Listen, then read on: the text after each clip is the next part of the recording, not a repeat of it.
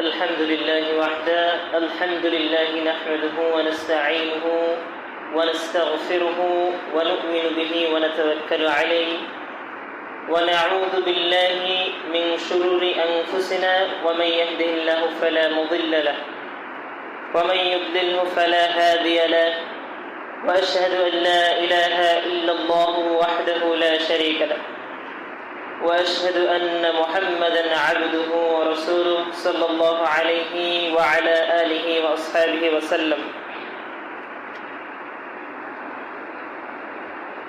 الحمد لله প্রশংসা রব্বুল ইজ্জাতুল জালালের, যে রব্বুল আলামিন আমাদেরকে আজ পবিত্র জুমার দিন মসজিদে আসার এবং এখানে বসার এবং কিছু কথা শোনার তৌফিক দিয়েছেন। দুনিয়ার সকল ব্যতিব্যস্ততা থেকে যে মহান রব্বুল ইজ্জাতুল জালাল আমাদেরকে ফারিক করে আমাদেরকে সময় বের করে দিয়েছেন, সেই মহান রব্বুল ইজ্জাতুল জালালের দরবারে সকলে একবার কালিমাতুশ শুকর আদায় করে বলি আলহামদুলিল্লাহ। শান্তির ধারা অবতীর্ণ হোক মানবতার মুক্তির দূত মুহাম্মদ সাল্লাল্লাহু আলাইহি ওয়াসাল্লাম, সৈয়দুল মুরসালিন, খাতামুন নবিয়্যিন হযরত মুহাম্মদ সাল্লাল্লাহু আলাইহি ওয়াসাল্লাম এবং তার আহলে বাইতের প্রতি। সকলে পড়ি আল্লাহুম্মা সাল্লি আলাইহি আল্লাহুম্মা বারিক আলাইহি। আজকে আলোচনার সংক্ষিপ্ত বিষয়বস্তু হচ্ছে সংগঠন এবং জামায়াতবদ্ধ জীবনযাপন। বিষয়টা একটু অন্যরকম মনে হলেও এক কথায় যদি এটা বুঝতে চান, তাহলে আমি সচরাচর যে কথাটা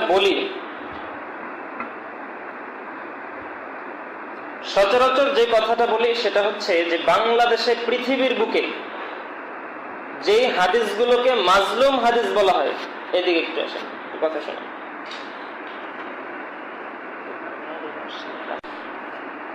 পৃথিবীতে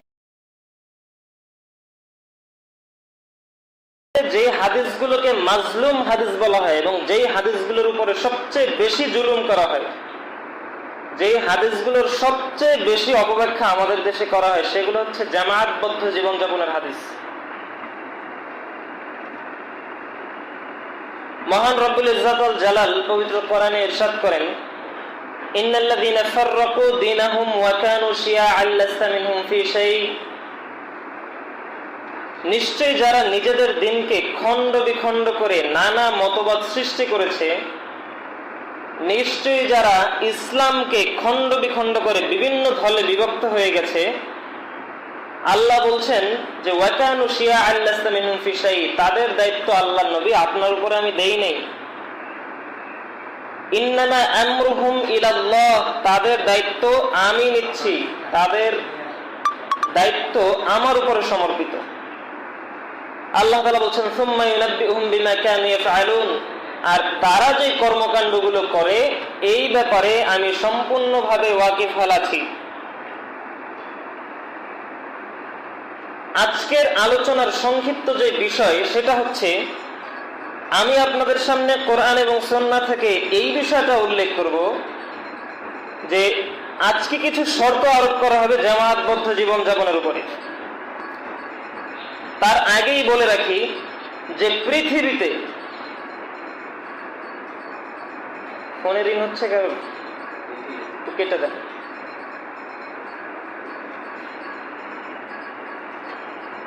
পৃথিবীতে কোনো মানুষ যদি কোনো সংগঠনের সাথে সম্পৃক্ত না থাকে, পৃথিবীতে কোনো মানুষ যদি কোনো সংগঠনের সাথে সম্পৃক্ত না থাকে, আর যদি হাদিসের মধ্যে আসা শর্তগুলো তিনি পূরণ করেন, তাহলে তিনি সম্পূর্ণভাবে জামায়াতবদ্ধতার মধ্যে জীবনযাপন করছে।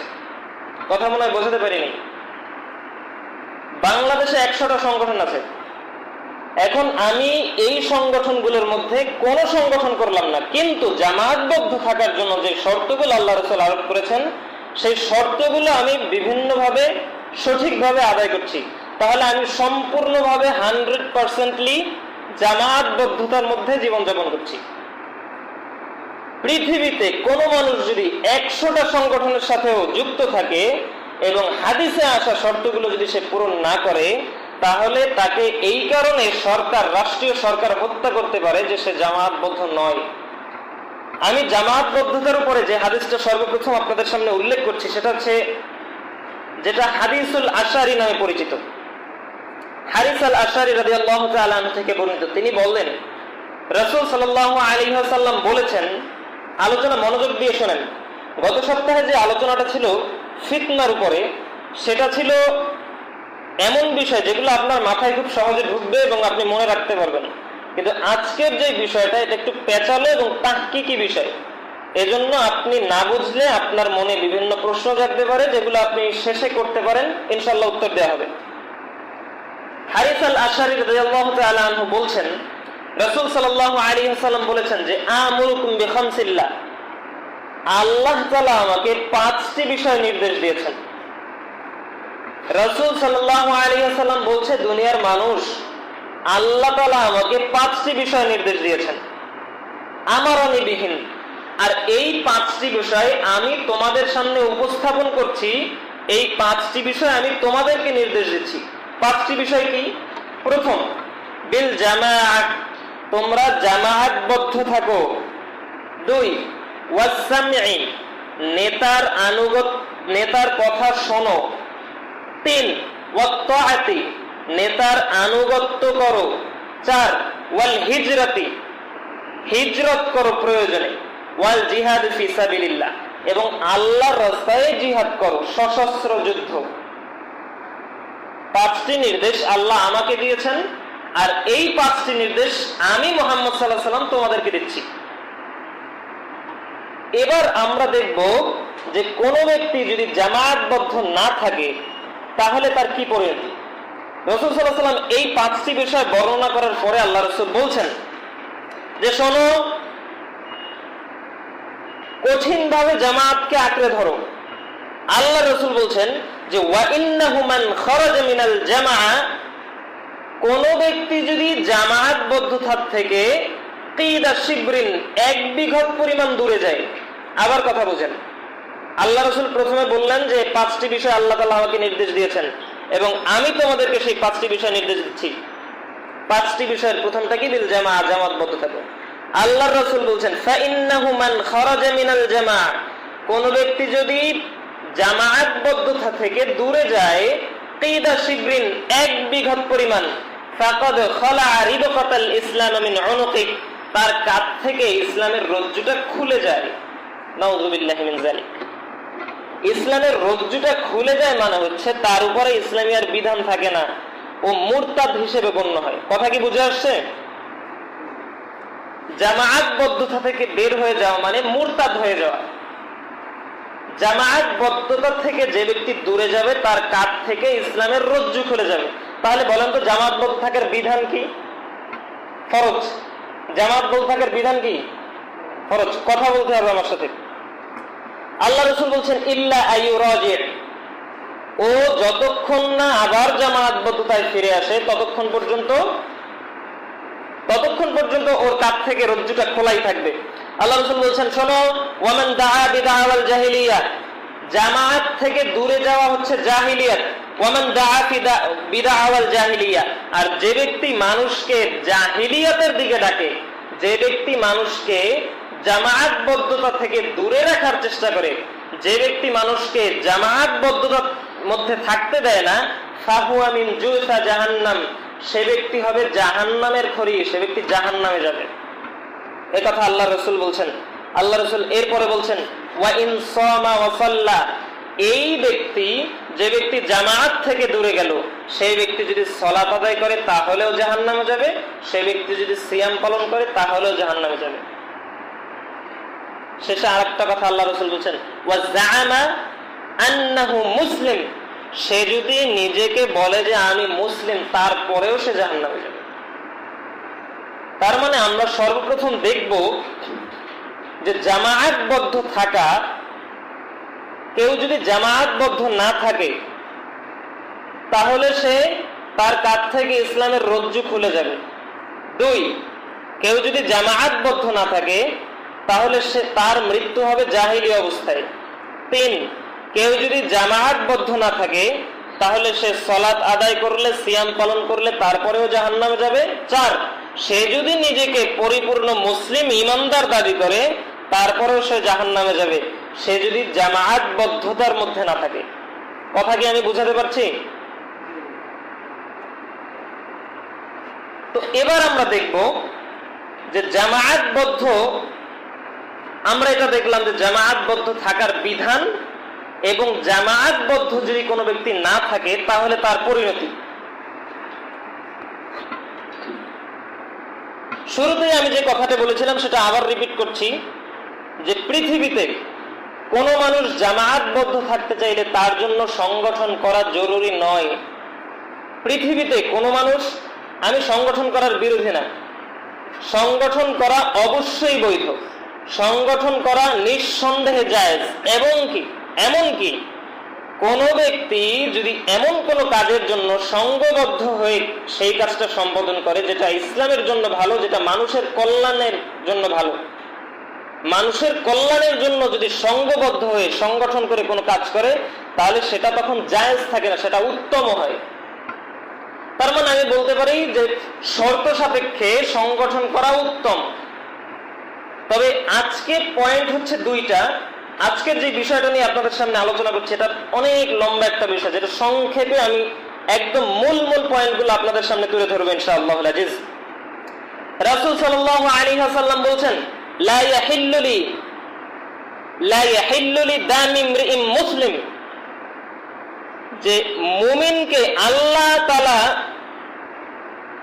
লা ইয়াহিল্লু লি দামি ইমরিইন মুসলিম, একজন মুসলিমকে হত্যা করা যায় ইল্লা বিইহদা সালাসা, 3টি কারণে।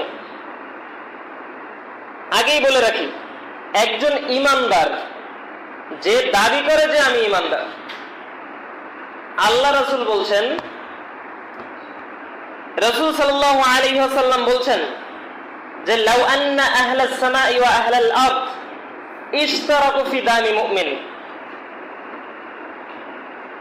আসমানের সকল অধিবাসী যত ফেরেশতা আছে, জমিনের যত অধিবাসী, যত জিন এবং ইনসান আছে, আদম থেকে নিয়ে শুরু করে কিয়ামত পর্যন্ত যত আসছে এবং আসবে, এরা সবাই মিলে যদি একজন মুমিনের রক্ত ঝরায়, কথা বোঝেন, আসমানের যত অধিবাসী আছে, জমিনের যত অধিবাসী আছে, জিন এবং ইনসান আদম থেকে নিয়ে শুরু করে কিয়ামত পর্যন্ত যত আসবে এবং যত আসছে, এরা সবাই মিলে ইশতারাকু ফি দামি মুমিন, একজন মুমিনের রক্ত যদি ঝরায়, একজন মুমিনের রক্ত ঝরাতে যদি সহায়তা করে, লা আকাদ্দাহুল্লাহু ফিন্নার, তাহলে একজন মুমিনের রক্ত ঝরানোর কারণে আসমানের সকল অধিবাসী, সকল ফেরেশতা, জমিনের সকল অধিবাসী মানুষ এবং জিন, এদের সকলকে আল্লাহ একসাথে উপর করে জাহান্নামে দিতে দ্বিধা করবেন না।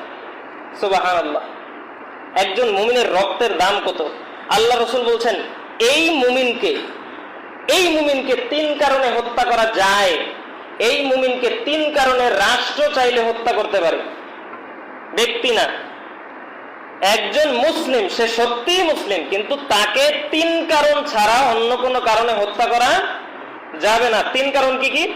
আল্লাহ রাসূল বলেছেন, ইয়াশহাদু আল্লা ইলাহা ইল্লাল্লাহ ওয়া আন্না মুহাম্মাদান আবদুহু ওয়া রাসূলুহু,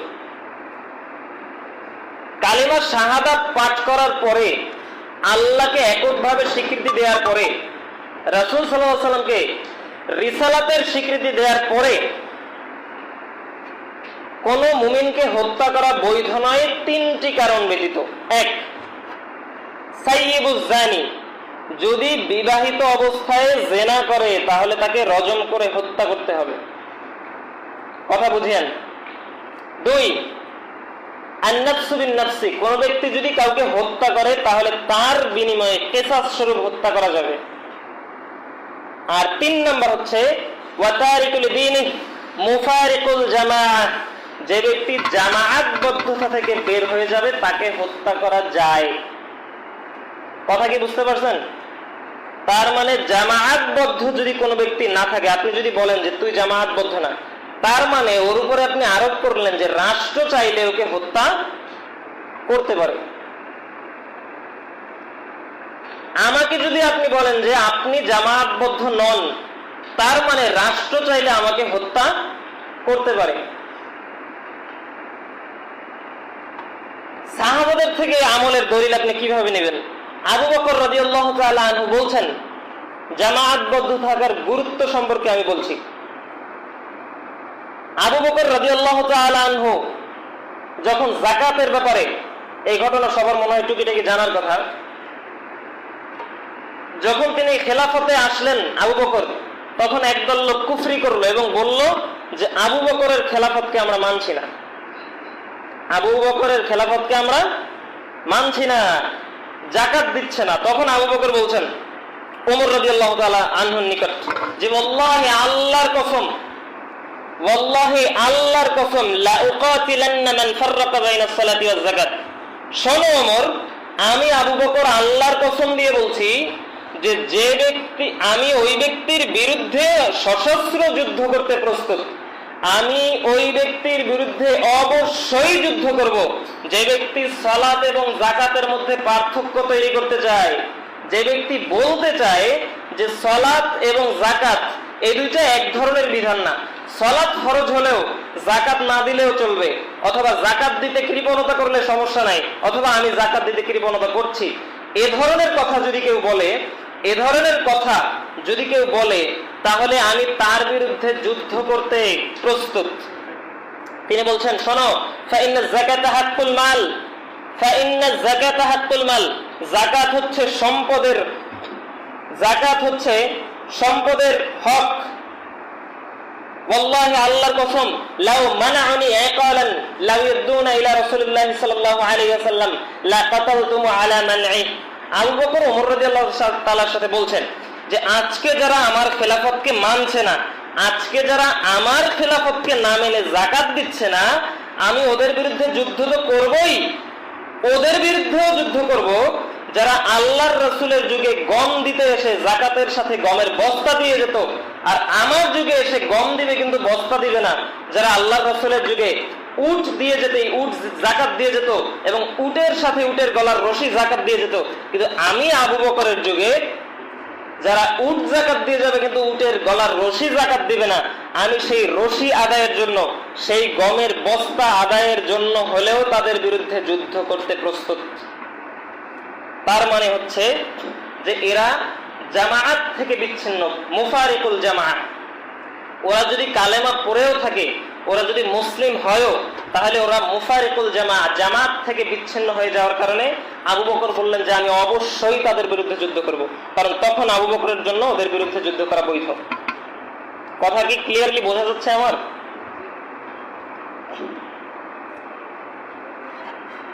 তো এজন্য সংগঠন, সংঘবদ্ধ হওয়া, প্রথমত সংঘবদ্ধ হওয়া শুধুমাত্র জায়েজ পর্যন্ত আমরা বলবো, সংঘবদ্ধ হওয়া শুধুমাত্র জায়েজ পর্যন্ত আমরা বলবো, এবং সংগঠন করার ক্ষেত্রে আমরা শুধুমাত্র কিছু শর্ত সাপেক্ষে সংগঠনকে বৈধতা দেব, উত্তম বলবো, সওয়াবের কাজ বলবো। কিন্তু কোন ব্যক্তি যখন জামায়াতবদ্ধতার হাদিস দিয়ে সংগঠনকে, আপনাকে আমি ক্ষতিটা দেখাচ্ছি, জামায়াতবদ্ধ বলতে আমি যদি এটা বুঝি যে জামায়াতবদ্ধ মানে সংঘবদ্ধ হওয়া, সংগঠন করা, জামায়াতবদ্ধ মানে কি সেটা আমি আপনাকে বলবো। আপনি কিভাবে সংগঠন না করেও জামায়াতবদ্ধ থাকতে পারেন সেটাও আমি বলবো। তার আগে সংক্ষিপ্ত আলোচনা হচ্ছে যে যদি জামায়াতবদ্ধতার হাদিসগুলো দিয়ে আমি বলি যে সংগঠন করতে হবে, জামায়াতবদ্ধতার হাদিস, আল্লাহ বলছেন ওয়াতাসিমু বিহাবলিল্লাহি জামিআ, জামায়াতবদ্ধভাবে আল্লাহর রজ্জুকে আঁকড়ে ধরো। আল্লাহর রাসূল বলছেন বিল জামাআ, তোমরা জামায়াতবদ্ধ থাকো। এবার আমি যদি এই অনুবাদ করি যে আল্লাহ রাসূল বলছে বিল জামাআ, তোমরা সংঘবদ্ধ থাকো, সংগঠন ভুক্ত হও, আমি যদি এরকম অর্থ করি, আমি যদি হাদিসের এরকম অর্থ করি, তাহলে আমার কি কি ক্ষতি হবে এবং হাদিসের মাধ্যমে আমার উপরে কি কি বিধান আরোপ হবে সেটা আমরা দেখে নেব। আমি যদি বলতে চাই যে বিল জামাআ মানে তোমরা সংঘবদ্ধ থাকো, সংগঠন করো, এরকম একজন বলেই দিছে, বলতেছে যে আল্লাহর রাসূল, আল্লাহ তাআলা বলছে ওয়াতাসিমু বিহাবলিল্লাহি জামিআ, জামাতবদ্ধ হও। আল্লাহর রাসূল বলছে বিল জামাআত, জামাতবদ্ধ হও। তো বাংলাদেশের মাটিতে একজন আলেম আলোচনা করতেছে, আমি সেটা শোনাচ্ছি। উনি বলছে যে বাংলাদেশের মাটিতে কোনো ব্যক্তি যদি কোনো সংগঠন না করে, বাংলাদেশের মাটিতে কোনো ব্যক্তি যদি কোনো সংগঠনের সাথে যুক্ত না থাকে, তাহলে সে জামায়াতবদ্ধ নয়। কথা কি বুঝতে পারছেন? তার মানে আমার জন্য যে কোনো একটা সংগঠন করা বাধ্যতামূলক, মানে ফরজ। কথা কি বোঝাতে পারছি? আমি যদি জামায়াতবদ্ধতার, এবার আমি আসি, ধরে নিলাম আমি কিছুক্ষণের জন্য, 2 মিনিটের জন্য আমি মেনে নিলাম যে বিল জামাআ মানে হচ্ছে তুমি সংঘবদ্ধ হও, যে কোনো একটা সংগঠনের সাথে থাকো। এবার আমি বলছি যে আমি আসিফুল ইসলাম কোন সংগঠনের সাথে নেই। এবার আপনি আমাকে এই বিধান দিলেন যে রাষ্ট্র আমাকে হত্যা করতে পারে কারণ আমি জামায়াতবদ্ধ নই। আপনি আমাকে বলতে পারেন যে আমি সালাত সিয়াম পালন করলেও আমি জাহান্নামে যাব কারণ আমি জামায়াতবদ্ধ নই, আমি বাংলাদেশের কোন সংগঠনের সাথে সম্পৃক্ততা রাখি না, তার মানে আমি জামায়াতবদ্ধ নই। কথা কি বুঝতে পারছি? তার মানে কোন সংগঠনের সাথে যুক্ত থাকা, এটা যদি জামায়াতবদ্ধতা হয়, তাহলে আমাকে বলতে হবে যে আপনি যেহেতু জামায়াতবদ্ধ নন, সেহেতু আপনি সালাত সিয়াম আদায় করলেও জাহান্নামে যাবেন, আপনি জাহান্নামের খড়ি হবেন, আপনাকে চাইলে রাষ্ট্র হত্যা করতে পারে। এই কথা যদি আপনি আমার উপরে বলতে পারেন, তাহলে আপনার ব্যাখ্যা আমি মেনে নিচ্ছি। আল্লাহর রাসূল বলছেন জামায়াতবদ্ধ যে না থাকবে সে সালাত আদায় করলেও জাহান্নামী, সিয়াম পালন করলেও জাহান্নামী, ও নিজেকে মুসলিম দাবি করলেও জাহান্নামী। তার মানে আমি আজকের একটা সংগঠন করতাম, আমি এখন সংগঠন থেকে বের হয়ে গেছি, তার মানে আপনি আমাকে এখন হত্যা করতে পারেন। কথা কি বোঝাতে পারছি?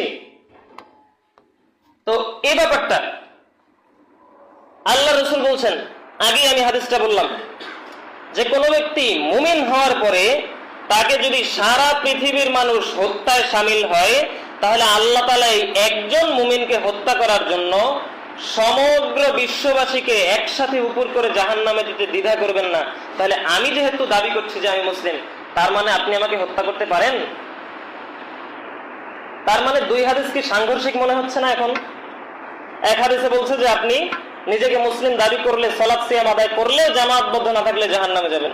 আর এক হাদিস বলছে যে আপনি মানে আমি মুসলিম হওয়ার পরে, আমি সালাত সিয়াম আদায় করার পরে, আমি ইমানদার দাবি করার পরে যদি আপনি আমাকে হত্যা করেন, তাহলে আল্লাহ আপনাকে জাহান্নামে দিয়ে দিবে। এবার 2 হাদিসের মধ্যে সামঞ্জস্য কিভাবে আনবেন? জামায়াতবদ্ধতার হাদিস দিয়ে যদি সংগঠন সাবিত করেন, তাহলে এই ব্যাখ্যার উত্তর আপনার কাছে কোনোদিনও নাই। এজন্য জামায়াতবদ্ধ এর মানে কি, আমি সংক্ষেপে আজকে আলোচনা গুছিয়ে ফেলছি। মুতাকাদ্দিমিন ইমাম আহলুস সুন্নাহ ইমাম শাইখুল ইসলাম ইসহাক ইবনে রাহওয়াই 238 হিজরিতে ইন্তেকাল। তিনি বলছেন, হিলিয়াতুল আউলিয়া 9 নম্বর খণ্ড 238 নম্বর পৃষ্ঠা, তিনি বলছেন লাউ সাআলতাল জুহালা মানিস সাওয়াদুল আযম, সাওয়াদ আল আযম বলা হয় উম্মতের প্রধান অংশকে, আল জামাআহ যেটা সেটাকে বলা হয় সাওয়াদুল আযম। তিনি বলছেন যে লাউ সাআলতাল জুহালা, যদি জাহেল একজন অজ্ঞ ব্যক্তিকে জিজ্ঞাসা করা হয় যে মানিস সাওয়াদুল আযম, তুমি বলো তো জামায়াতবদ্ধতা আল জামাআত মানে কি, তখন তারা বলবে জামাআতুন নাস, সংঘবদ্ধ হওয়া, সংগঠন করা। জামায়াতবদ্ধ মানে সংগঠন করা। এটা কাদের কথা? জাহেলদের কথা। কথা কি বুঝাতে পারছি? এটা কে বলছেন? ইসহাক ইবনে রাহওয়াই রাহিমাহুল্লাহ, মুতাকাদ্দিমিন ইমাম।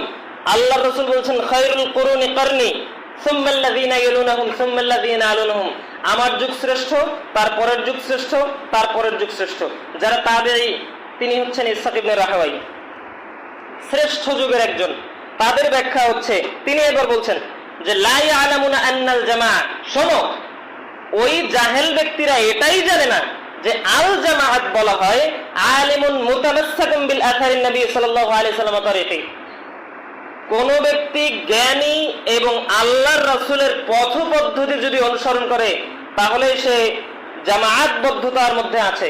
কোন ব্যক্তি আল্লাহর রাসূলের পদ্ধতি অনুযায়ী, সুন্নাহ অনুযায়ী যদি চলাফেরা করে, আল্লাহর রাসূলের সুন্নাহ পালনের মাধ্যমে যদি চলাফেরা করে, তাহলে সে ব্যক্তি জামায়াতবদ্ধতার মধ্যে আছে। তিনি বলছেন ফামান কানা মাআহু, যদি তিনি আল্লাহর রাসূলের সাথে থাকেন, ওয়াত্তাবিয়াহু, এবং তার সাহাবীদের এবং তাকে সঠিকভাবে অনুসরণ করে, ফাহুয়াল জামাআহ, তাহলে সেই হচ্ছে জামাত। সে যদি ওয়ালাউ কানা ওয়াহদাক, সে যদি একা হয় তারপরেও সে একটা জামাত। আপনি যদি একা হন, আপনি যদি একলা আল্লাহর রাসূলের সম্পূর্ণ সবগুলো সুন্নতকে সঠিকভাবে আদায় করার চেষ্টা করেন, আপনি যদি আল্লাহর রাসূলের সবগুলো সুন্নতকে সঠিকভাবে আদায় করার চেষ্টা করেন, তাহলে আপনি একাই একটা জামাত। তার মানে হাদিসে জামাত বলতে সংখ্যাগরিষ্ঠতা বোঝানো হয় নাই। এবার হাদিসে আসি। জামাতবদ্ধ থাকতে পারেন আপনি দুইটা পদ্ধতিতে। জামাতবদ্ধতার বিধান আমরা কি পেলাম? জামাতবদ্ধতার বিধান কি? ফরজ। কথা মনে হয় বুঝেন নাই। জামাতবদ্ধ থাকা কি? ফরজ। যদি কোনো বিধান ফরজ হতে হয় সেটা হবে সার্বজনীন। মানে এমন হবে না আপনি পৃথিবীর আফ্রিকার জঙ্গলে আছেন, কিন্তু আফ্রিকার জঙ্গলে বসে এই ফরজটা পালন করতে পারতেছেন না। ফরজ কোন বিধান এরকম হবে না।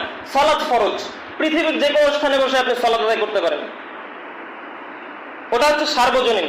কিন্তু কোন জিনিসকে, এমন কোন বিধানকে আল্লাহ তাআলা ফরজ করেন নাই যেটা মানুষের উপর নির্ভর করে, যে আমি যদি করতে দেই তাহলে আপনি আদায় করতে পারবেন, আমি করতে না দিলে আপনি করতে পারবেন না। এরকম কোন বিধানকে আল্লাহ তাআলা ফরজ করেন নাই।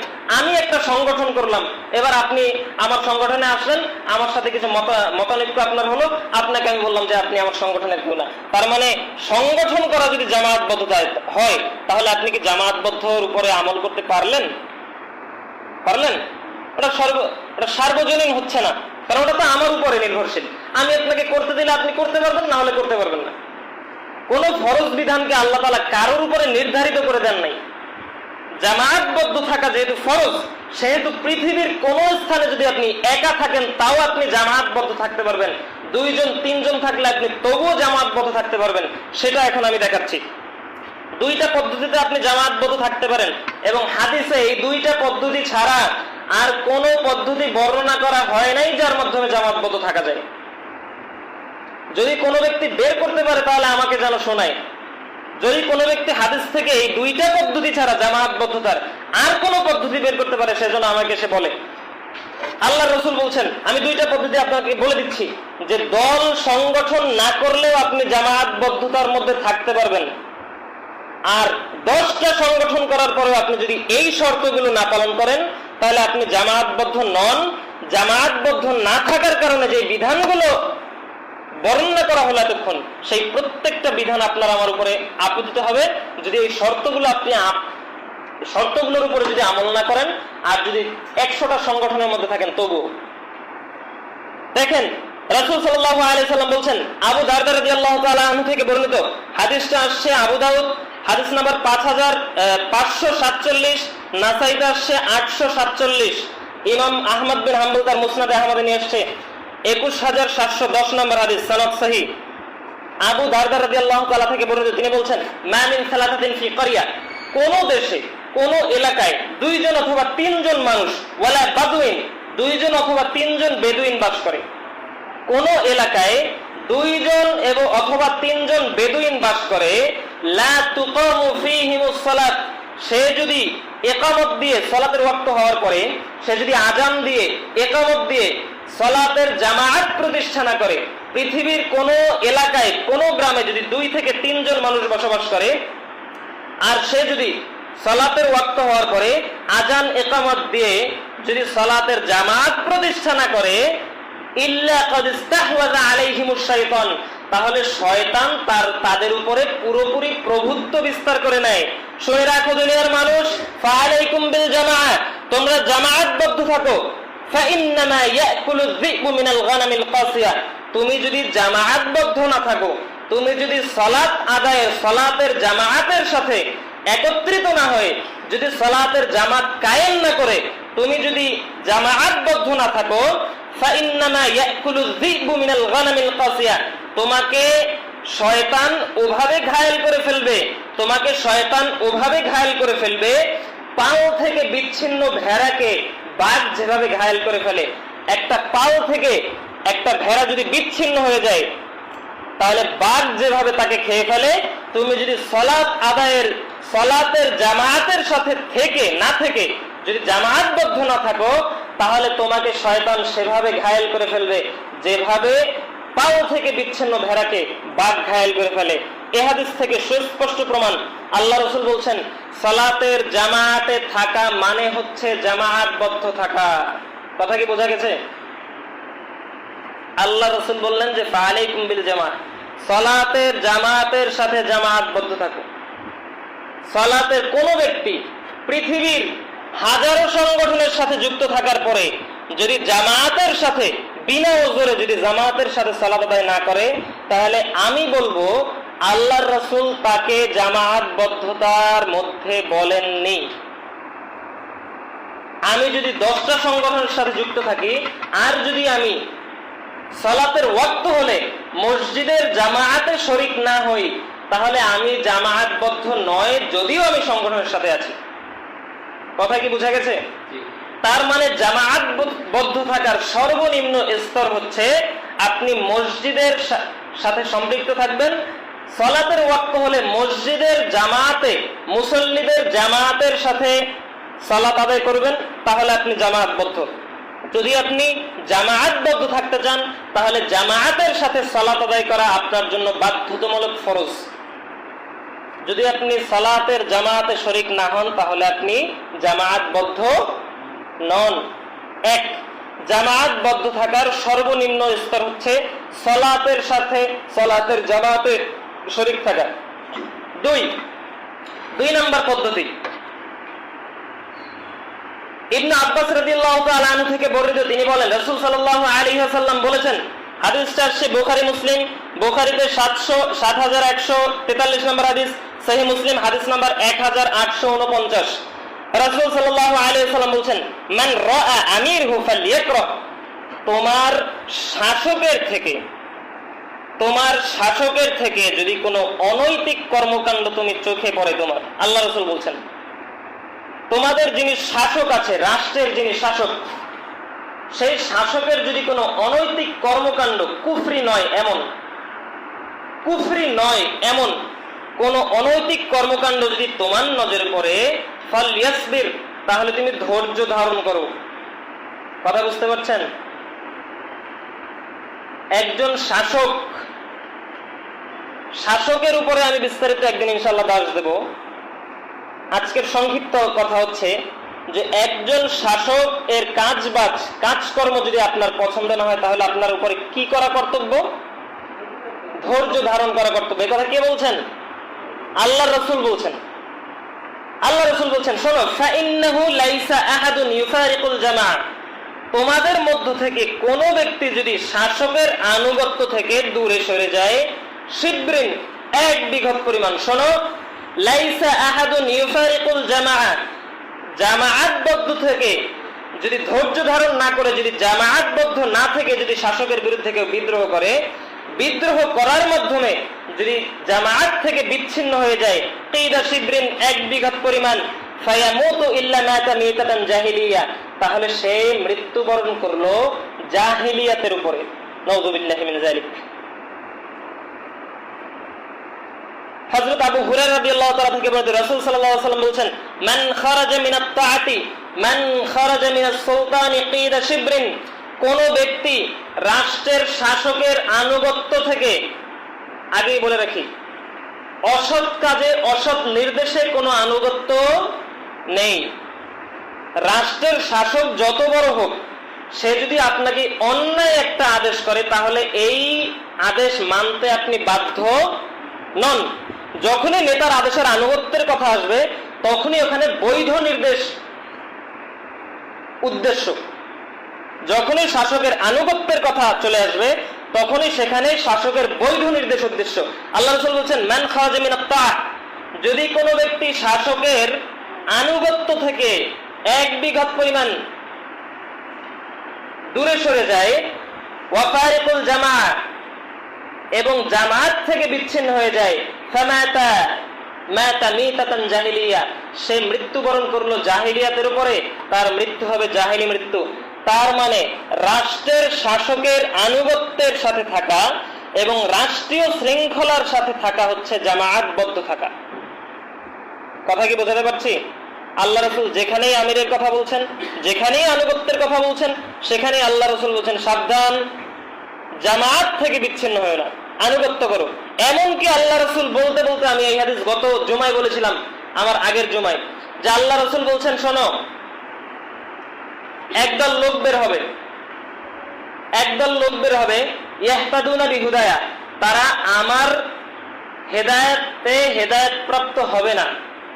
একদল শাসক বের হবে, সহিহ মুসলিম, একদল শাসক বের হবে যারা আমার হেদায়েতে হেদায়েত প্রাপ্ত হবে না। ওয়ালা ইয়াস্তান্নুনা বিসুন্নতি, তারা আমার সুন্নতকে গ্রহণ তো করবেই না, আমার সুন্নতকে পরিবর্তন করে দিবে, আমার নিয়ম নীতিকে, আমার পদ্ধতিকে তারা পরিবর্তন করে দিবে, এমন একদল লোক বের হবে। শোনো, তারা যদি তোমাদের মধ্যে হাজির হয়, তাদের মধ্যে এমন লোক থাকবে যে তাদেরকে দেখতে লাগবে মানুষের মতো, ওদের অন্তর হবে শয়তানের অন্তর। তাদেরকে দেখতে লাগবে মানুষের মতো, কিন্তু ওদের অন্তর হবে শয়তানের অন্তর। সাহাবী বলছেন আল্লাহ রাসূল, এই সময় যদি আমাদের সামনে উপনীত হয় তাহলে আমি কি করব? আল্লাহ রাসূল বলছেন শোনো, ওয়াসসামি, তার কথা শোনো, ওয়াত্তাআতি, তার আনুগত্য করো। আল্লাহ রাসূল বলতে বলতে বলতে বলতে বললেন, ওয়া উখিযা মালুক, সে যদি তোমার সব সম্পত্তি নিয়ে যায়, ওয়া দুরিবা যহরুক, সে যদি তোমাকে আঘাত করে, সে যদি তোমাকে জেলখানায় বন্দী করে রাখে, তারপরেও তার সব আদেশের বিরুদ্ধে যাবে না, তার কথা শুনবে, তার আনুগত্য করতে তুমি বাধ্য। এ কথা কে বলছেন? মুহাম্মদ সাল্লাল্লাহু আলাইহি ওয়াসাল্লাম বলছেন। শাসক যদি আপনাকে পিটায়, শাসক যদি আপনার অর্থ সম্পদ কেড়ে নেয়, শাসক যতক্ষণ না কুফরি প্রকাশিত হচ্ছে ততক্ষণ পর্যন্ত শাসকের বিরুদ্ধে বিদ্রোহ করা বৈধ নয়। আল্লাহ রাসূল বলছেন তোমাদের দায়িত্ব পালন করো এবং তোমাদের হককে আল্লাহর কাছে চেয়ে নাও, ধৈর্য ধারণ করো। তোমাদের হক যদি শাসকরা আদায় না করে, তাহলে তোমাদের এই হককে আল্লাহর কাছে চেয়ে নাও। অসংখ্য হাদিস দ্বারা প্রমাণিত। সুতরাং পৃথিবীতে মানুষ দুইটা পদ্ধতিতে শুধুমাত্র জামায়াতবদ্ধ থাকতে পারে। সর্বনিম্ন পদ্ধতি হচ্ছে সালাতের জামাতে হাজিরা দেয়া, সর্বনিম্ন পদ্ধতি হচ্ছে সালাতের জামাতে হাজিরা দেয়া, সর্বনিম্ন পদ্ধতি হচ্ছে সালাতের জামাতে হাজিরা দেয়া। কোন ব্যক্তি যদি সালাতের জামাতে হাজির না হয়, কোন ব্যক্তি যদি সালাতের জামাতে হাজির না হয়ে সংগঠন করে আর বলে যে আমি জামাতবদ্ধ আছি, তাহলে সে জামাতবদ্ধ থাকার দাবিতে মিথ্যুক এবং হাদিসের অপব্যাখ্যাকারী। তার মানে এজন্য আমি বলছি, যারাই বাংলাদেশে সংগঠন প্রতিষ্ঠা করে এবং যারাই বাংলাদেশে সংগঠন আবিষ্কার করে নিয়েছে, সংগঠনের মহা গুরুত্ব, তাদের বই চেক করেন, তাদের বইতে প্রত্যেকটা অধ্যায়ে জামায়াতবদ্ধতার হাদিসে আমরা সংগঠন ভারী করছেন। এই হাদিস যদি মাজলুম না হয়, এই ব্যাখ্যা যদি অপব্যাখ্যা না হয়, তাহলে অপব্যাখ্যা কোনটা আমাকে বলতে হবে। আল্লাহর রাসূল সংগঠন করেছেন, এর প্রমাণ কোথায়? বলে যে হিলফুল ফজল সংগঠন করেছে, ওটা কি নবুয়তের আগে না পরে? তো নবুয়তের পরে কি এই হিলফুল ফজল সংগঠন ছিল? যদি থেকে থাকে তাহলে আল্লাহ রাসূল সাহাবায়ে কেরামও করতেন। সাহাবাদের থেকে প্রমাণ কোথায়?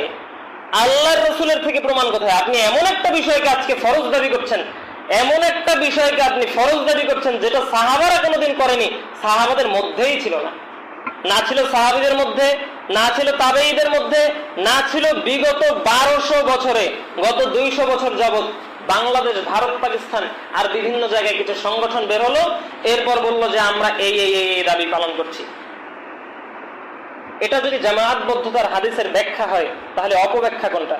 এজন্য আমি বলি যে বাংলাদেশে, টোটাল বিশ্বে, সারা পৃথিবীতে জামায়াতবদ্ধতার যে হাদিসগুলো আছে সেগুলো হচ্ছে মাজলুম হাদিস। এগুলোর উপরে সবচেয়ে বেশি জুলুম করা হয়। যদি জামায়াতবদ্ধতার হাদিস দিয়ে আমি সংগঠন সাবিত করি, তাহলে আপনি বলেন যারা জামায়াতবদ্ধ, যারা সংগঠন করে না, সব লোক সব জাহান্নামী, সবাইকে হত্যা করা যায় বলেন। আর হাদিস থেকে প্রমাণ করেন যে সংঘবদ্ধ হওয়া এবং জামায়াতবদ্ধ মানে এক। আরেকটা গুরুত্বপূর্ণ পয়েন্ট হচ্ছে সংগঠন, এই যে আমরা একটা ভুল একটা বুঝি, সেটা হচ্ছে ওয়াতাসিমু বিহাবলিল্লাহি জামিআন ওয়ালা তাফাররাকু। আল্লাহ বলছেন একত্রিতভাবে রজ্জুকে, ইসলামের রজ্জুকে আঁকড়ে ধরো, একত্রিতভাবে ইসলামের রজ্জুকে আঁকড়ে ধরো, ওয়ালা তাফাররাকু, বিচ্ছিন্ন হয় না। বিচ্ছিন্ন মানে কি? একা একা থাকা? কে বলতে পারেন বিচ্ছিন্ন হওয়া মানে একা একা থাকা? বিচ্ছিন্ন হওয়া মানে একা থাকা না। বিচ্ছিন্ন হওয়া মানে মুফারিক তাকে বলা হয় যে দলাদলি করে, তাকে। মুফারিক মানে একা একা থাকা না। ফিরকা মানে যিনি একা আছেন তিনি ফিরকা না, যিনি একটা দল করছেন উনি হচ্ছে ফিরকা। কথা কি আমি বোঝাতে পারছি? ফিরকা হচ্ছে লফজে মুশতারাক, ব্যাপক অর্থবোধক শব্দ। এজন্য আল্লাহ রাসূল বলছেন, আল্লাহ তাআলা বলছেন যে তোমরা একত্রিতভাবে জামায়াতের সাথে জামায়াতবদ্ধ থাকার মাধ্যমে ইসলামের রজ্জুকে আঁকড়ে ধরো এবং দলাদলি করো না। এটার অনুবাদ এইটা না যে একা একা থাকবে না, এইটার অনুবাদ হচ্ছে দলাদলি করো না। আল্লাহর রাসূল, এজন্য আল্লাহ তাআলা বলছেন, সর্বপ্রথম আমি বলছিলাম যে ইন্নাল্লাযীনা ফাররাকু, যারা ধর্মটাকে বিভক্ত করে নিয়েছে, ভিন্ন ভিন্ন করে নিয়েছে, যারা ধর্মটাকে দলে দলে বিভক্ত করে ফেলেছে, আল্লাহ তাআলা তাদেরকে বলছেন দীনাহুম ওয়া কানু শিয়াআন লাস্তা মিনহুম ফি শাই, তাদের দায়িত্ব তোমার উপরে দেইনি। ওদের যে আযাব গজব, ওদের যে শাস্তি, ওদের যে বিচার, ওগুলো আমি আল্লাহ নিজে করব। সংগঠন শব্দটা যখন আরবিতে বলা হবে তখন সেখানে আসবে ফিরকা, হিজব, কওম। কওম শব্দের অর্থ সংগঠন, দল, গোষ্ঠী, জাতি। হিজব শব্দের অর্থ সংগঠন, দল। ফিরকা শব্দের অর্থ হিজবুল্লাহ, আল্লাহর দল। ফিরকা অর্থ হচ্ছে দল, মত, ফিরকা। কিন্তু জামায়াতবদ্ধ মানে দল দল করা না, জামায়াতবদ্ধ মানে দলাদলি করা না। জামায়াতবদ্ধ থাকা মানে যদি দলাদলি করা হয়, আজকে আমি প্রশ্ন করছি যে বাংলাদেশে কোন সংগঠন যদি না থাকবে, বাংলাদেশে উনি বলছে যে খেলাফত যদি না থাকে, এই যে হাদিসগুলো বললাম আমি, এগুলো তো সব খেলাফতের হাদিস। আমি যে হাদিসগুলো বললাম এগুলো তো সব খেলাফতের হাদিস। খেলাফত না থাকলে তখন কি করব? তো বলতেছে যে খেলাফত না থাকলে তুমি একটা সংগঠন প্রতিষ্ঠা করো।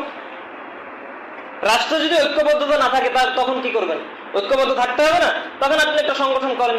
তো আল্লাহ রাসূলকে এটা বলেছে, আমরা দেখি সহিহ বুখারী, মুসলিম, আল্লাহ রাসূল বলছেন, আল্লাহ রাসূলকে প্রশ্ন করতে করতে করতে করতে এক পর্যায়ে জিজ্ঞেস করছে, আল্লাহ রাসূল এই যে এত এত ফিতনার কথা বলছেন, এই ফিতনা থেকে আমি কিভাবে বাঁচবো? তখন আল্লাহ রাসূল বলছেন যে জামায়াতবদ্ধ থাকো, জামায়াতবদ্ধ থাকো এবং ওয়া ইমামাহুম, তার ইমামের সাথে থাকো, নেতার সাথে থাকো। তার মানে ইসলামী খেলাফতের বুঝলাম, মেনে নিলাম যে খেলাফতের নেতাকে মেনে চলো এবং খেলাফতের রাষ্ট্রকে আঁকড়ে ধরো। আপনার ব্যাখ্যা আমি মেনে নিচ্ছি 2 মিনিট পর। এবার একটু দেখি আল্লাহ রাসূলকে তখন হুযায়ফা ইবনে ইয়ামান জিজ্ঞেস করছেন, আল্লাহ রাসূল ফাইনলাম তাকুন লাহুম জামাআতুন আলাইহা, জামাআতও নাই, ইমামও নাই, রাষ্ট্রে খেলাফতও নাই, রাষ্ট্রীয় শৃঙ্খলাও নাই, এবার কি করব? কথা কি বুঝতে পারছেন?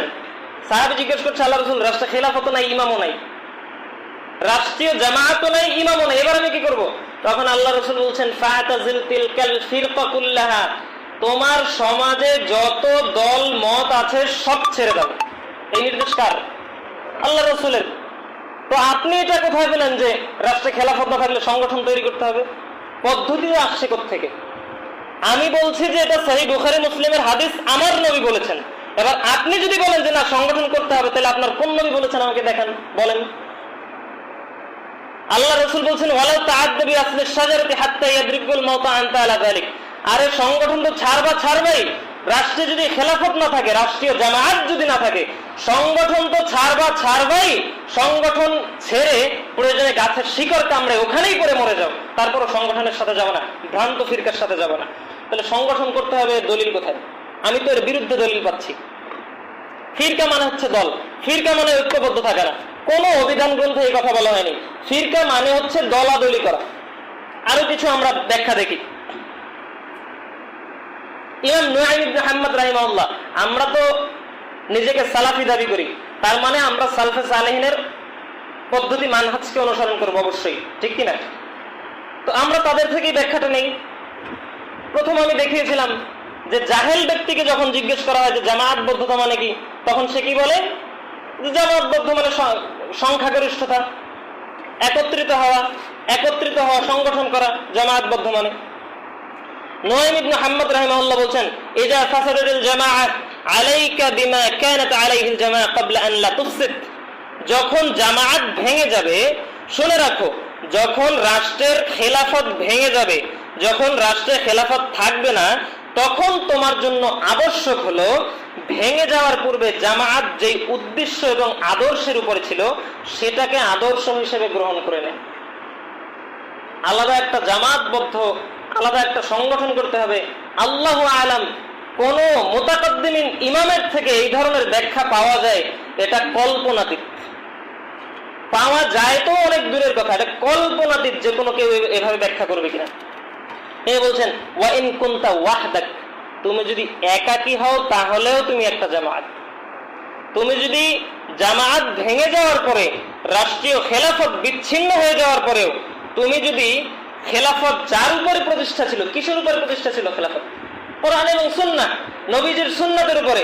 তুমি যদি নবীজির সুন্নাতের উপরে খেলাফত যেইটার উপরে ছিল সেই বিষয়গুলোকে যদি তুমি অন্তরে মনে প্রাণে মেনে নাও, সেগুলোর উপরে যদি তুমি আমল করো, ওয়া ইন কুনতা ওয়াহদাক, তুমি একা থাকলেই তুমি একটা জামাত। তুমি যদি একাও থাকো তাও তুমি একটা জামাত। তার মানে আল জামাত বলতে আমরা এই যে এতক্ষণ ধরে যে ব্যাখ্যাগুলো দেখছি, ইমামদের ব্যাখ্যা, আল্লাহর রাসূলের ব্যাখ্যা, তাতে এটাই প্রমাণিত হচ্ছে যে সংগঠন করা মানে জামায়াতবদ্ধ করা না, এটা মিথ্যা কথা। সালাফিদের কেউ বলেছে ওইটা আমি জানি না, সালাফিরা আমার দলিল না। বর্তমান বাংলাদেশের সালাফিরা আমার দলিল না। যদি 100টা সংগঠন করে তাতে আমার কিছু যায় আসে না। আমি সংগঠন করাকে হারাম বলি না, আমি বলছি সংগঠন করা উত্তম। কি বলেছি? সংগঠন করা উত্তম, শর্ত সাপেক্ষে উত্তম। কিন্তু জামায়াতবদ্ধতার হাদিস টেনে এনে সংগঠনের সাথে লাগানো যাবে না, এটা হচ্ছে অপব্যাখ্যা। আমি এটা বলেছি। সংগঠন আপনি করবেন, অবশ্যই আমিও করব। আপনি সংগঠন তৈরি করেন, আমিও করব। আপনি যদি সংগঠন করেন, যদি আপনার সংগঠন হকের উপরে থাকে, কোরআন সুন্নাহ অনুযায়ী হয়, অবশ্যই ভালো, আলহামদুলিল্লাহ। আপনি সংঘবদ্ধ, এটা আমিও জানি যে আমি একা যেই কাজ করতে পারবো, আপনাদের সবাইকে নিয়ে ওই কাজ করাটা সহজ। আমি একা যতটুকু কাজ করতে পারবো, আপনাদের সকলকে নিয়ে ওই কাজ করাটা সহজ। তবে আজকে আমি এটা প্রমাণ করলাম যে সংগঠন করা, পৃথিবীর কোনো একটা সংগঠনের সাথে যুক্ত থাকা ফরজ, এই দাবি মিথ্যা দাবি। এইটা আজীবন মিথ্যা, কিয়ামত পর্যন্ত মিথ্যা। আল্লাহর রাসূল এটাকে মিথ্যা বলেছেন, সাহাবায়ে কেরামের ব্যাখ্যা এটাকে মিথ্যা বলছে, ইমামদের, মুতাকাদ্দিমিন মুতাআখিরিনদের ব্যাখ্যা এটাকে মিথ্যা বলছে। যদি কেউ প্রমাণ করতে চায় যে সংগঠন মানে হচ্ছে জামায়াতবদ্ধ থাকা, আমি আপনাদেরকে 2টা পদ্ধতি বলে দিয়েছি। কি কি বলেন তো? জামায়াতবদ্ধ থাকার জন্য কি করতে হবে? জামায়াতের সাথে সালাত, আরেকটা কোরআন সুন্নাহ অনুযায়ী জীবনযাপন করতে হবে, ঠিক আছে। কিন্তু রাষ্ট্রের আমির যদি কাফের না হয়, রাষ্ট্রের আমির যদি কাফের না হয়, যদি কাফের হয় তাহলে আপনি প্রকাশ্য ঘোষণা দিবেন। কথা কি বুঝতে পারেন নাই? যদি আপনি কাফের হয়, যদি রাষ্ট্রের শাসক কাফের হয়, আর আমি যদি কাফের স্পষ্ট না বলি, তাহলে এটা হচ্ছে মুনাফিকি, সত্যকে গোপন রাখলাম। কথা বোঝেন নাই? যদি শাসক কাফের হয় তাহলে আপনাকে প্রকাশ্যে ঘোষণা দিতে হবে যে শাসক কাফের। তখন আপনার জন্য জিহাদ করাও, সশস্ত্র যুদ্ধ করাও বৈধ। কিন্তু শাসক যতক্ষণ ফাসিক, ও পাপ কাজ করতেছে, আপনি দেখতেছেন, তখন আপনি ধৈর্য ধারণ করবেন, ওকে নসিহত করবেন, ওর জন্য দোয়া করবেন, এটাই আপনার কাজ। ক্ষমতাটাকে টেনে এনে এরপরে আমি রাষ্ট্রে ইসলাম কায়েম করব, এর মানে হচ্ছে মাথা ব্যথা হলো, আমি মাথাটাকে কেটে ফেললাম, এ হচ্ছে বিষয়। মাথা ব্যথা করলে ওষুধ খাবেন না মাথা কেটে ফেলবেন? মাথা কেটে ফেলা সহজ নাকি ওষুধ খাওয়া সহজ? তো একটা রাষ্ট্রের একজন শাসকের মাধ্যমে কিছু খারাপ কাজ দেখা যাচ্ছে, ওটাকে সংশোধন করা সহজ নাকি ওনাকে সরাই আরেকজন বসাইয়া রাষ্ট্রে ইসলাম কায়েম করা সহজ?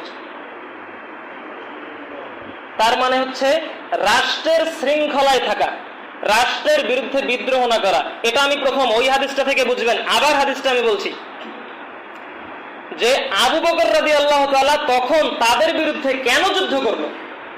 আবু বকর রাদিয়াল্লাহু তাআলা তাদের বিরুদ্ধে যুদ্ধ করলো এ কারণে যে মান কাফারা, যে আবু বকর যখন খেলাফত প্রাপ্ত হলো, এই খেলাফতকে তারা মেনে নেয় নাই, এজন্য আবু বকর যুদ্ধ করছে।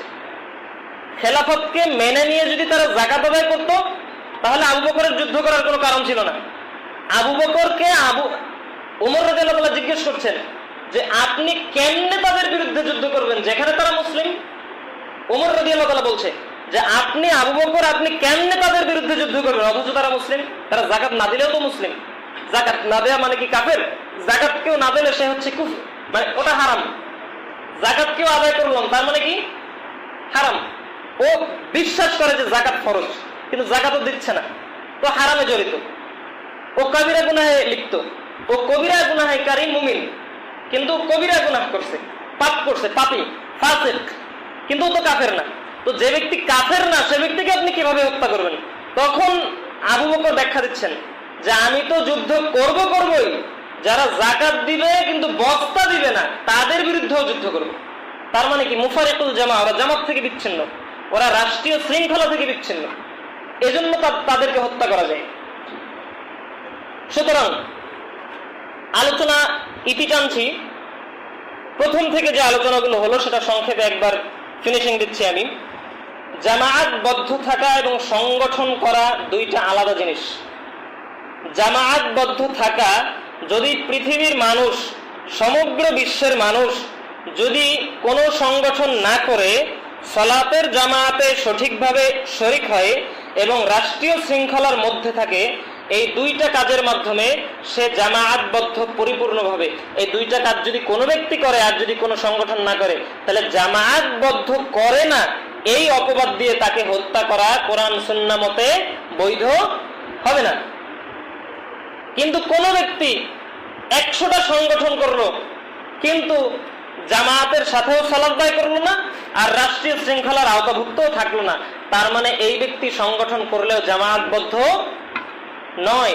সুতরাং জামায়াতবদ্ধতার মানে হচ্ছে আল্লাহর রাসূলের ওয়ামান কানা মাআহু ওয়া তাবিআহু, আল্লাহর রাসূলের কথাকে মেনে নেয়া এবং তার সাথে থাকা এবং তাকে অনুসরণ করা। এই পদ্ধতি যদি কোনো ব্যক্তি অনুসরণ করে তাহলে সে ব্যক্তি পরিপূর্ণ জামায়াতবদ্ধতার মধ্যে থাকলো, পরিপূর্ণ জামায়াতবদ্ধতা মেনটেন করে চললো। তার মানে জামায়াতবদ্ধ বলতে সংগঠন বোঝানো হয় নাই, অথবা জামায়াতবদ্ধ থাকার জন্য কোনো সংগঠনের সাথেও জড়িত হওয়া জরুরি নয়। আল্লাহ তাআলা আমাদের সকলকে বোঝার তৌফিক দান করুক। সকলে বলে আমিন। ওয়া আখিরি দাওয়ানা আলহামদুলিল্লাহি রাব্বিল আলামিন। সুবহানাকাল্লাহুম্মা ওয়া বিহামদিক আশহাদু আল্লা ইলাহা ইল্লা আনতা আস্তাগফিরুকা ওয়া আতুবু ইলাইক। আপনাদের কারো যদি এই বিষয়ে কোনো প্রশ্ন থাকে তাহলে আমাকে করতে পারেন। জুমার সালাতের পরে আপনাদের জন্য হাদিয়ার ব্যবস্থা করা হয়েছে, সকলে বসবেন। আর বিভিন্ন বিষয়ের উপরে প্রশ্নোত্তর পর্ব রয়েছে। আপনাদের যারা এই বিষয় ভিত্তিক প্রশ্ন করতে চান, আপনারা যদি না বুঝে থাকেন কোনো পয়েন্ট এবং কোনো পয়েন্টে যদি আপনাদের প্রশ্নোত্তরের প্রয়োজন হয়, বুঝতে সহায়ক হবে আপনাদের জন্য, আপনারা প্রশ্ন থাকলে আপনারা লিখিত আকারে আমাকে জমা দিতে পারেন। আর আপনারা সালাতের পরে সবাই একটু বসবেন, আপনাদের জন্য কিছু বই হাদিয়া দেওয়া হবে ইনশাআল্লাহ।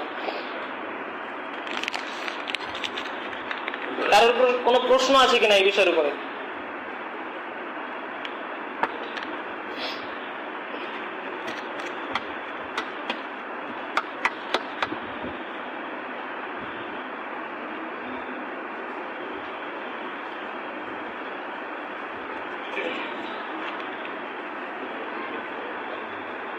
আচ্ছা, তাহলে প্রশ্ন নাই কোনো?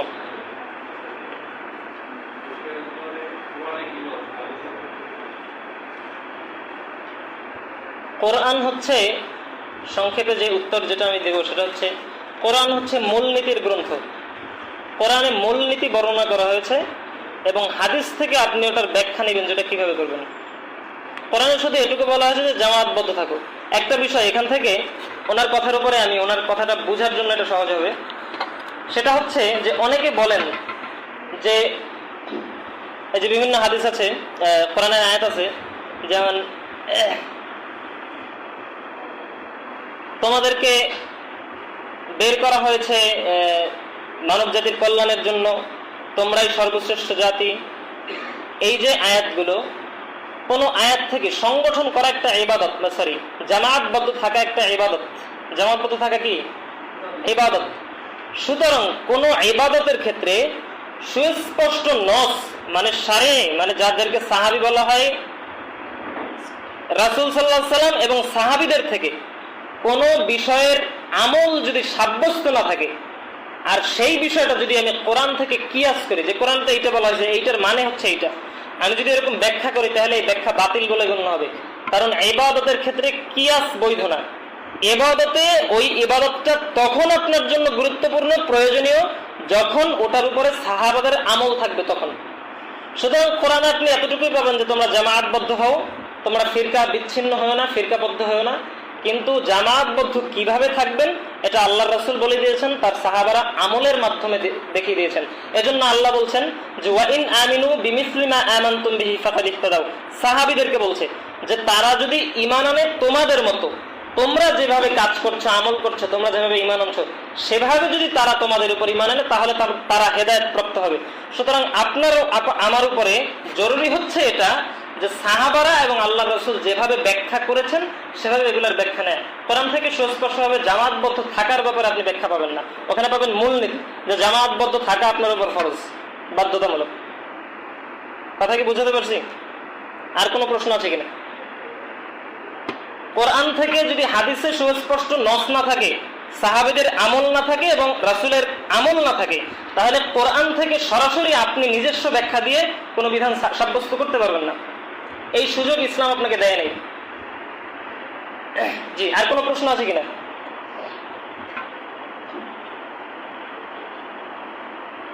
প্রশ্ন করতে পারেন, সমস্যা নাই, যে কোনো ভাবে প্রশ্ন করেন।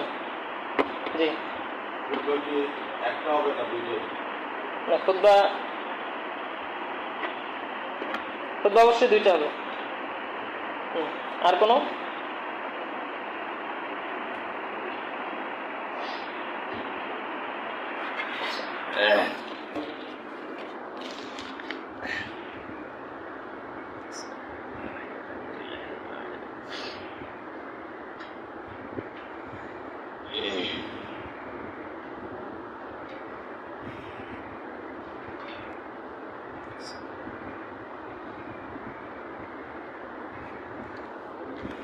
الحمد لله وحده والصلاة والسلام على من لا نبي بعده وعلى آله وأصحابه أجمعين ومن تبعهم بإحسان إلى يوم الدين أما بعد.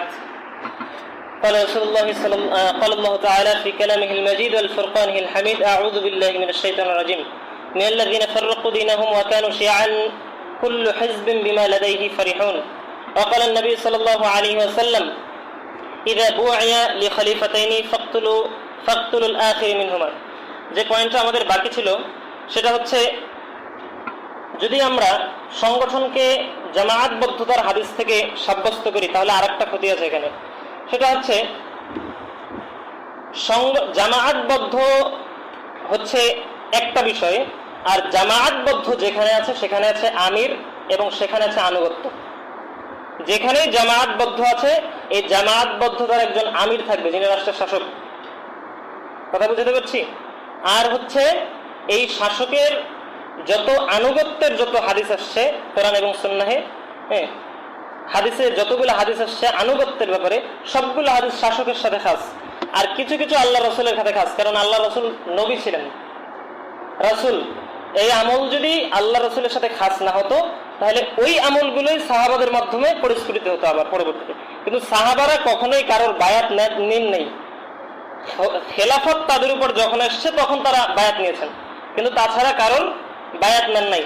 এজন্য যে পয়েন্টে আমি কথা বলবো সেটা হচ্ছে, আল্লাহ রাসূল বলছেন ইযা বুইয়া লি খলিফাতাইনি ফাকতুলুল আখির মিনহুমা। আমি যদি বলি যে সংগঠন করা জামায়াতবদ্ধ, মানে জামাত সংগঠন করা মানে হচ্ছে জামায়াতবদ্ধ থাকা, তার মানে বাংলাদেশের যে কোনো একটা সংগঠন করা আপনার জন্য বাধ্যতামূলক, যেহেতু জামাতবদ্ধ থাকতে বলছে।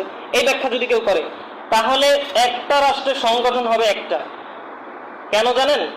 আল্লাহ রাসূল বলছেন যে ইযা বুইয়া লি খলিফাতাইনি, কোন খলিফার যদি বায়াত করা হয় এরপরে আরেকজন এসে যদি দাবি করে যে আমিও খলিফা, মানে আমার হাতেও বায়াত করো, আল্লাহ রাসূল ফাকতুলুল আখির মিনহুমা, তাহলে দ্বিতীয় জনকে হত্যা করো।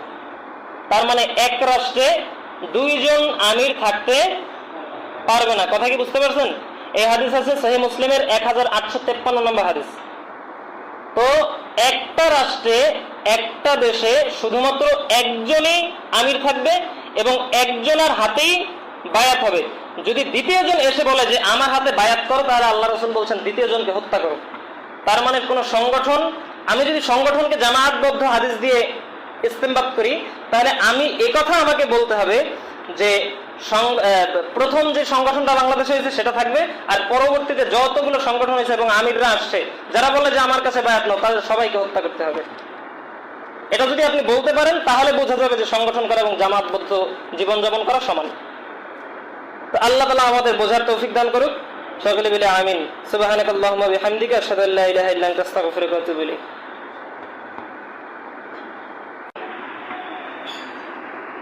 الحمد لله وحده الحمد لله نحمده ونستعينه ونستغفره